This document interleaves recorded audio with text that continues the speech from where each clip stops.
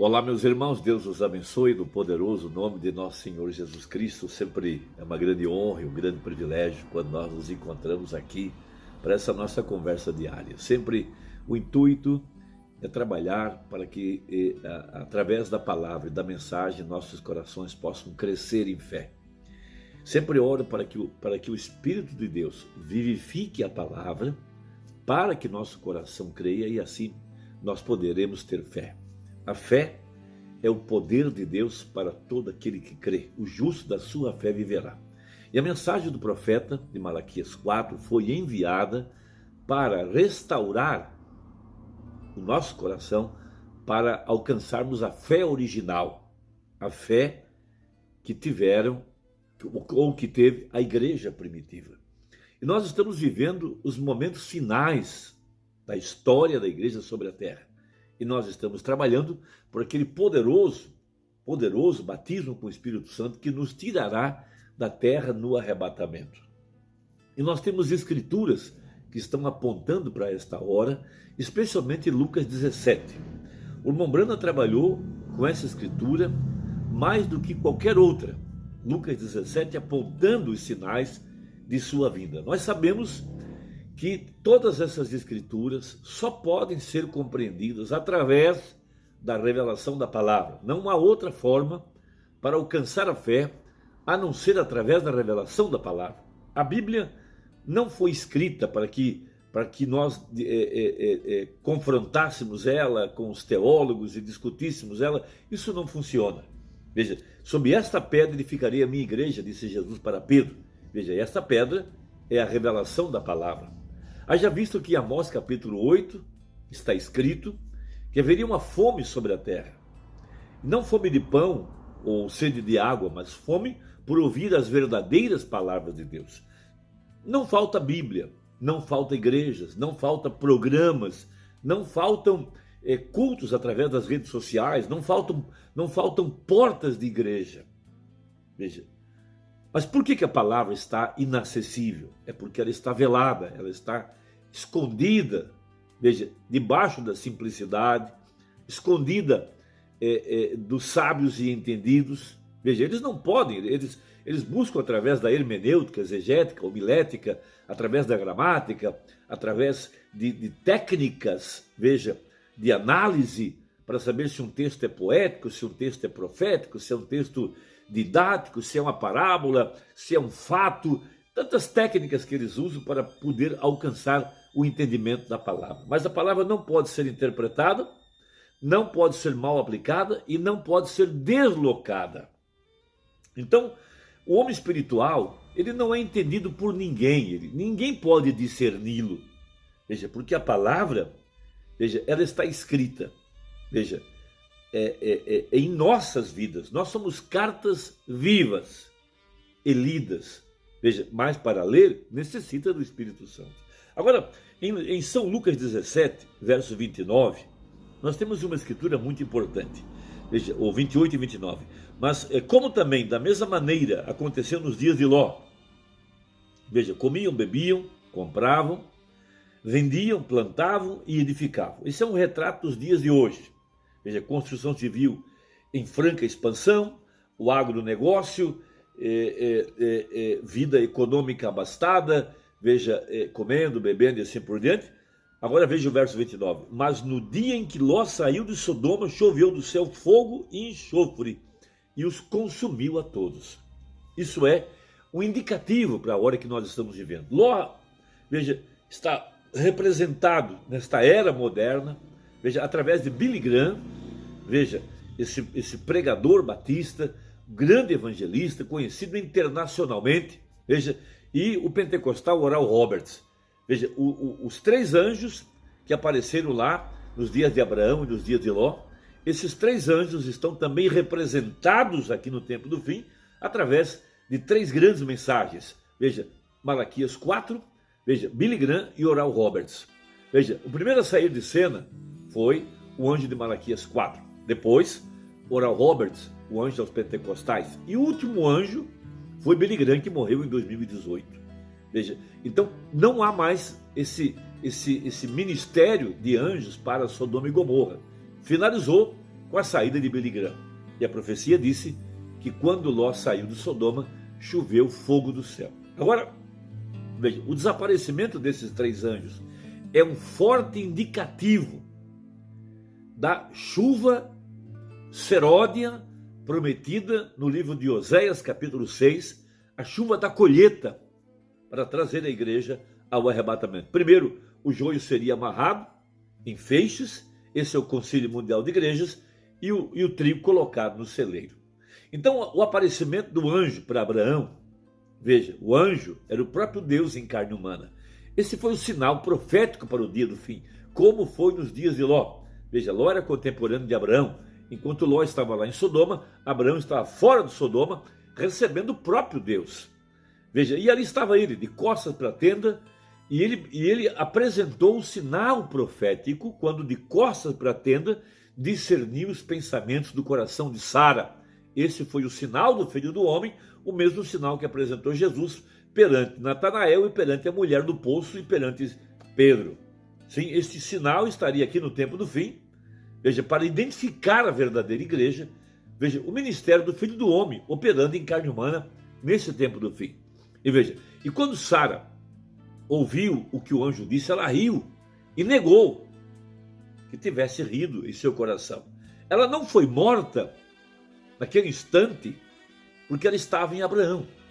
Veja, Deus não poderia matar Sara sem matar Abraão. E ele não podia fazer isso. Abraão era seu profeta, Abraão era seu amigo. E Deus estava confidenciando as suas coisas mais secretas ao seu servo Abraão. Veja, e ali está a representação clara da verdadeira igreja. Veja, Deus não pode destruir a igreja, não pode matá-la, porque ela está nele. Ela é sua esposa, ela é sua rainha e assim por diante. Por isso que, quando o título de propriedade foi resgatado em Apocalipse 5, veja, o título que Adão havia perdido, esse título é resgatado por nosso parente redentor, e ele desce à terra em Apocalipse 10 para trazer esse título à raça caída. Veja, João havia chorado, e quando ele chorou, ele teve um entendimento pelo Espírito que se não se apresentasse um parente redentor, tudo estaria perdido. Mas quando se apresenta Jesus, Emanuel, veja, o nosso parente redentor, o nosso Boaz, ele soube que a igreja seria resgatada, porque Deus não pode perder a igreja, não pode esquecê-la, não pode abandoná-la, porquanto ela estava predestinada nele. Mas veja, o ponto que quero salientar é a chuva. Veja, logo a saída do último anjo, Billy Graham, 2018, a terra começou a ser assolada pelas pragas, a Covid, a influenza, a dengue e tantas moléstias que estão afligindo o mundo, guerras e fome e assim por diante. Mas a igreja verdadeira está recebendo essa chuva de ensinamento pelo poderoso Espírito Santo, que tem tomado a palavra, veja, e vivificado a palavra para que nossos corações pudessem crer e assim trazer o enchimento, o poderoso Espírito Santo, trazer a revelação e trazer a palavra, veja, bem colocada, o alimento espiritual em seu devido tempo. Então, nós temos essa grande profecia de Joel 2, veja, da chuva temporã, que em hebraico quer dizer mouré. Mouré quer dizer ensinamento. Então houve uma chuva de ensinamento, veja, quando o profeta Emmanuel estava sobre a terra pregando a palavra. Aquela foi a chuva da semeadura. Mas haveria a segunda cavalgada do anjo de Apocalipse, capítulo 10, e tornou o anjo a falar. Se tornou é porque houve um tempo de silêncio. E quando acaba o silêncio, o anjo, o Espírito, toma a palavra e começa a abri-la para que a igreja pudesse entender a mensagem. Então, Mombrana citando, veja, a colheita, e citando o movimento pentecostal, citando as denominações, mas também citando a verdadeira igreja, ele diz assim, veja, Jesus disse, deixai-os crescer juntos. Veja, as ervas serão ajuntadas, amarradas e queimadas. O trigo irá para o celeiro Veja, a chuva tardia está bem à mão. Essa chuva, de acordo com Joel, veja, era chuva para o amadurecimento, para a colheita. Veja, eu não quero esperar muito nisso, porque eu tenho algo muito bom aqui atrás sobre isso. Veja, então as duas denominações se unirão, os pentecostais e esses outros se unirão, a igreja evangélica, mas a palavra ficará com a semente prometida de Abraão, pois ela ficou. Então Jesus disse: como foi então? Veja, você tem ouvidos para ouvir, olhos para ver, entendimento para compreender. Jesus disse: como foi? Veja como está escrito. Ele diria, se ele estivesse aqui de pé nesta hora, veja, não está escrito que como foi nos dias de Sodoma, então também seria na vinda do Filho do Homem? Veja, não vê você as duas colheitas chegando aqui, recebendo a última chuva? Veja, eles chegaram aquilo na última chuva, vem? Então o que acontece? Os anjos e o Senhor desaparecem. Então a chuva tomou lugar. Veja, a mensagem de Billy Graham, veja, e de Oral Roberts, também foi uma chuva para trazer a colheita do joio. A mensagem de Malaquias também foi uma chuva para trazer a verdadeira semente. Veja, e quando os anjos desaparecem, como disse no começo, o último anjo a sair de cena, veja, esse foi Billy Graham. O que estamos agora esperando? Veja, esta chuva de ensinamento está caindo sobre a verdadeira igreja para amadurecê-la, para trazer, veja, a colheita, por conseguinte, o arrebatamento. E aqui que entra um ponto extraordinário da qual falou o profeta no parágrafo 237. Ouça com atenção. Jesus disse, veja, pelo fruto os conhecereis. Veja, eu estava lendo o parágrafo 239 e o 240, mas eu quero voltar agora ao 237. Esse é o ponto, e com isso eu quero encerrar chamando a nossa atenção, ou a vossa atenção. Veja, o tempo da colheita. O que é que nós devemos procurar nas nossas vidas? O que essa mensagem estaria produzindo nas nossas vidas? Veja, divisões? Não. Grandes nomes? Não. Separações de irmãos? Não. Engrandecendo alguma pessoa? Não. Um grande movimento? Não. O que ela produziria? Ela produziria o fruto do Espírito, porque pela árvore se conhece o fruto. Então disse o profeta, no parágrafo 237, veja, citando o eleito, né? Como sendo parte dele, como Sara era parte de Abraão, nós somos parte de Deus. Veja, você é a palavra está em você, e ela manifesta a si mesma, prova a si mesma. Veja, amor, alegria, paz, benignidade. Todas as palavras de Deus, e você crê em cada uma delas, operando. Deus operando através de você.